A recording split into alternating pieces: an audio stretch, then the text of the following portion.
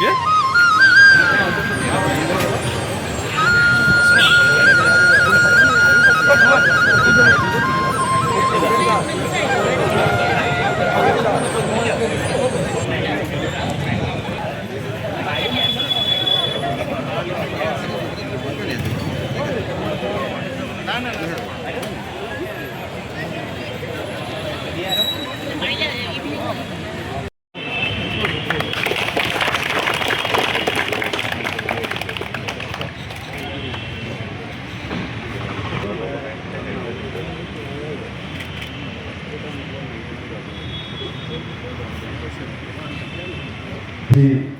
সম্পূৰ্ণ হৈছে সকলোকে পুনৰ মই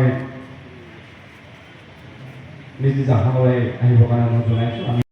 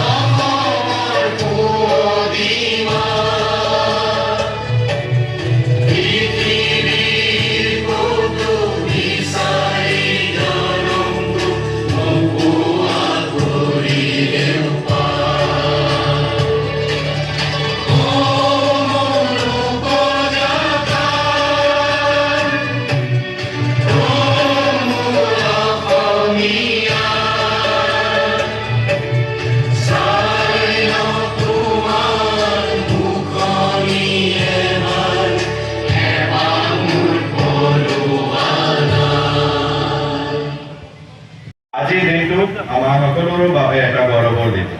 1983 চনৰ আজিৰ 1 জুলাইৰ দিনটোত যোৰহাট জিলা শিৱসাগৰ জিলাৰ পৰা এক সুকীয়া জিলা হিচাপে স্বীকৃতি লাভ কৰিছিল তেতিয়াৰ পৰাই এই ঐতিহাসিক জিলাখনে নানান ঘাট প্ৰতিঘাত নেওচি উখানৰ নানা পৰিক্ৰমা অতিক্ৰম কৰি ৰাজ্যখনৰ ভিতৰত এক মৰ্যাদাপূৰ্ণ স্থান অধিকাৰ কৰিছে ইয়াৰ ফলস্বৰূপে যোৰহাট জিলাক অসমৰ শিক্ষা সাহিত্য আৰু সংস্কৃতিৰ ৰাজধানী হিচাপে আখ্যা দিয়া হয় জিলাখনক এই মৰ্যাদাপূৰ্ণ স্থানলৈ অনাৰ ক্ষেত্ৰত সমাজৰ প্ৰতিটো স্তৰৰ লোকৰ উৎসৰ্গিত মনোভাৱ জড়িত হৈ আছে নিহিত হৈ আছে বহুত মহান মনীষী চৰম ত্যাগ জিলাখনক গঢ় দিয়াৰ ক্ষেত্ৰত আগবঢ়োৱা সকলোৰে ত্যাগক মই সন্মান জনাইছোঁ আৰু কৃতজ্ঞতা জ্ঞাপন কৰিছোঁ সংগতি ৰাখি যোৱা 28 জুন তাৰিখৰ পৰাই জিলাখনৰ অন্তৰ্গত বিভিন্ন স্থানত ইতিমধ্যে বিভিন্ন কাৰ্যক্ৰম হৈছে আৰু আজিও আমাৰ এই পতাকা উত্তোলন কাৰ্যসূচী আমি অৰ্গেনাইজ কৰিছোঁ আন্তঃকাৰ্যালয় ঔদ্যোগিক সঁজুলি আৰু সামগ্ৰী প্ৰদান শিক্ষা অনুষ্ঠানত কুইজ ৰচনা চিত্ৰাংকন প্ৰতিযোগিতা মূল মন্ত্ৰেৰে আয়োজিত বাইক ৰেলী আনুষ্ঠানিকভাৱে শুভাৰম্ভণি কৰা হৈছিল আৰু গছ পুলি ৰোপণৰ কাৰ্যসূচী আমাৰ ভূপদৈ নদী পাৰত আমি অসমৰ প্ৰত্যেকখন জিলাৰে প্ৰতি 4 বছৰ জিলা দিৱস হিচাপে উদযাপন কৰা লৈছে তাৰে উপলক্ষত আজি যোৰহাট জিলা দিৱস আমি উদযাপন কৰি আদৰণি জনাইছোঁ ইতিমধ্যে আমাৰ মাজত যোৰহাট জিলা মাননীয় জিলায়ুক্ত মহোদয় উপস্থিত হৈছেহি লগতে বিশিষ্ট ব্যক্তি সকলোকে মই পতাকা উত্তোলন চলি আহিবলৈ অনুৰোধ জনাইছোঁ জিলাখন ঘূৰিছিলোঁ জিলাখনৰ দক্ষতালৈ যিটো মানুহৰ সমস্যা যি এই সমস্যাবিলাক আমি প্ৰত্যক্ষ কৰিছিলোঁ আৰু এই প্ৰত্যক্ষ কৰাৰ পাছত সৰ্বসাধাৰণ মানুহৰ যি ধৰণৰ কৰ্মসূচিৰ ক্ষেত্ৰত প্ৰশাসনিক ব্যৱস্থাৰ জৰিয়তে সহযোগিতা কৰিব লাগিছিল সেই ক্ষেত্ৰত কিছু ব্যাঘাত জন্মিছিল কিন্তু 1983 চনত যোৰহাট জিলা ঘোষণা কৰিলে আৰু যোৰহাট জিলা ঘোষণা কৰাৰ লগে লগে যোৰহাটৰ লগত গোলাঘাটো সংলগ্ন হৈ আছে আৰু 1978 চনত অসম গণ পৰিষদৰ চৰকাৰৰ দিনত গোলাঘাট জিলাও যোৰহাটৰ পৰা পৃথক হৈ গোলাঘাট জিলা হিচাপে স্বীকৃতি প্ৰদান কৰিলে আগতে এতিয়া আয়ুক্ত বুলি কয় তেখেতসকলে যথেষ্ট সময়ে যিসকল আহি থাকে বেলেগ ধৰণৰ তেওঁলোকৰ এক্টিভিটিছবিলাক আমি দেখি আছোঁ আৰু যথেষ্ট কাম হৈছে আৰু ৰাস্তা পদূলিবিলাক যথেষ্ট উন্নত হৈছে আমি আশা কৰিছোঁ ভৱিষ্যতেও যোৰহাট জিলাখন অসমৰ ভিতৰত 1 নম্বৰ জিলা হ'ব বুলি আশা কৰিছোঁ আজিৰ দিনটোত আমি প্ৰতিশ্ৰুতিবদ্ধ হ'ব লাগে যোৰহাট জিলা যে শিক্ষা সকলো দিশতে আগবাঢ়ি যায় এতিয়া মোৰ দুটা পৰামৰ্শ আছে এটা হ'ল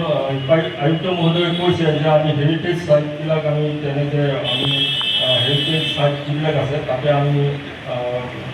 পাব্লিকৰ ৰাইজৰ সুবিধাৰ কাৰণে আমি তাত স্বীকৃতি হোৱা কথাখিনি আমি লিখিম ঠিকে আছে খুব ভাল পদক্ষেপ মই ভাবোঁ যে যোৰহাট জিলাৰ এখন আজি আমি এটা সিদ্ধান্ত ৰাজহুৱাভাৱে ল'ব লাগে যোৰহাট জিলাৰ এখন টুৰিষ্ট গাইড হ'ব লাগে tourist guide it should mention everything ইয়াত সকলো বস্তু থাকিব কোনোবা টুৰিষ্ট আহিলে সেই কিতাপখন চাই পেলাই ক'ত যাব লাগিব কি কথাটো থাকিব আৰু তাত হেৰিটেজ চাইটবিলাকৰ যিবিলাক কথা সেইবিলাকো উল্লেখ থাকিব ফটো থাকিব ঠিক এনেকুৱা এটা পদক্ষেপ ল'ব পাৰিলে ভাল হয় মই এইটো এটা অনুৰোধ জনাইছোঁ আয়ুক্ত মহোদয় সকলোকে আপোনালোকক মই ধন্যবাদ জনাইছোঁ মই সকলোকে যোৰহাটবাসী ৰাইজক আজি আমি যি 43 সংখ্যক আমাৰ যোৰহাট জিলা দিৱস উদযাপন কৰি আছোঁ তাৰ কাৰণে মই সকলো যোৰহাটবাসী মৰমৰ ৰাইজক মই আন্তৰিক শুভেচ্ছা জ্ঞাপন কৰিছোঁ আমি আজি চবেই জানো যে 1 জুলাই 1983 চনত শিৱসাগৰ যিটো আনডিভাইডেড শিৱসাগৰ জিলা আছিলে তাৰ পৰা পৃথক হৈ এটা সুকীয়া জিলা হিচাপে যোৰহাট জিলাই স্বীকৃতি প্ৰাপ্ত কৰিছিলে আৰু তাৰ সেই ডেটেহে আমি যোৰহাট ডিষ্ট্ৰিক্ট ডে হিচাপে যোৱা 3-4 বছৰৰ পৰা পালন কৰি আহি আছোঁ অনাৰেবল চিফ মিনিষ্টাৰৰ নিৰ্দেশ মৰ্মে প্ৰত্যেক জিলাতেহে জিলা দিৱসৰ কাৰ্যসূচী লোৱা হয় আৰু ছেইম কাৰ্যসূচী আমিও এবাৰ আকৌ লৈছোঁ এবাৰ যিটো জিলা দিৱসৰ আমি বেলেগ প্ৰগ্ৰাম লৈছোঁ সেইটো আমি যোৱা 28 জুনৰ তাৰিখৰ পৰাহে আমি আৰম্ভ কৰিছিলোঁ 28 জুন তাৰিখৰ পৰা আৰম্ভ কৰি বিভিন্ন ধৰণৰ প্ৰগ্ৰাম যেনেকৈ বাইক ৰেলী হওক পথ সুৰক্ষা থিমেৰে বাইক ৰেলী হওক বা ভূপদৈ পাৰত প্লান্টেশ্যনে হওক বা আমাৰ বেলেগ শিক্ষা অনুষ্ঠানত বেলেগ কম্পিটিশ্যনে হওক চুইমিং কম্পিটিশ্যন হওক বা আমাৰ আজি ৰাতিপুৱা যিটো আমি আমাৰ যোৰহাট DC অফিচৰ চৌহদতো যিটো পতাকা উত্তোলন কৰিছোঁ সেইটোৱে কাৰ্যসূচী হওক এই গোটেইখিনি বেলেগ কাৰ্যসূচীৰ পৰা আমি জিলা দিৱস পালন কৰিছোঁ মই সকলো বিভাগীয় কৰ্মচাৰী আৰু বিষয়াসকলক ধন্যবাদ জনাইছোঁ। তেখেতসকলে এই গোটেই কাৰ্যসূচী ভালকৈ অৰ্গেনাইজ কৰিছে আৰু মষ্ট ইম্পৰ্টেণ্টলি মই আমাৰ প্ৰত্যেক যোৰহাটবাসী ৰাইজ আৰু বিশিষ্ট ব্যক্তিসকলক ধন্যবাদ জনাইছোঁ। তেখেতসকলে যোৱা দুদিনৰ যি কাৰ্যসূচী চলি আছে তাত ইমান ভালকৈ অংশগ্ৰহণ কৰিছে যে আমাৰ যোৰহাট ডিষ্ট্ৰিক্ট ডে যিটো চেলিব্ৰেশ্যন সেইটো অকল এটা অফিচিয়েল প্ৰগ্ৰামে নাই, এইটো এটা চিটিজেন চেণ্ট্ৰিক আৰু চিটিজেন লেড এটা প্ৰগ্ৰাম হিচাপে আমি কৰিবলৈ চেষ্টা কৰিছোঁ আৰু তাত আমি আমাৰ বিশেষ ব্যক্তিসকল যোৰহাটবাসী ৰাইজে আমাক বহুত ছাপোৰ্ট কৰিছে আৰু মই আশা কৰিছোঁ যে আগন্তুক বছৰৰ পৰা জিলা দিৱসত আৰু পাব্লিক পাৰ্টিচিপেশ্যন আৰু হওক আৰু ভালকৈ হওক। আমি মোৰ এনে মিটিঙত পাতি আছিলোঁ আমাৰ অফিচাৰসকলৰ লগত যে district day is not DC office day, district day is for all. So' সেইকাৰণে ডিষ্ট্ৰিক্ট ডেত মই নেক্সট ইয়েৰৰ পৰা আশা কৰিম যে আৰু পাব্লিক পাৰ্টিচিপেশ্যন হয়, আমি অকল ফেচিলিটেটহে কৰোঁ যে পাব্লিকে অৰ্গেনাইজ কৰিছে আৰু আমি ফেচিলিটেট কৰিছোঁ। সেইটোৱে আশা লৈ মই আকৌ এবাৰ সকলোকে ডিষ্ট্ৰিক্ট ডে শুভেচ্ছা জনাইছোঁ আৰু আপোনালোকক এই কভাৰ কৰাৰ কাৰণে ধন্যবাদ জনাইছোঁ। আৰু আজি আমি আফটাৰনুন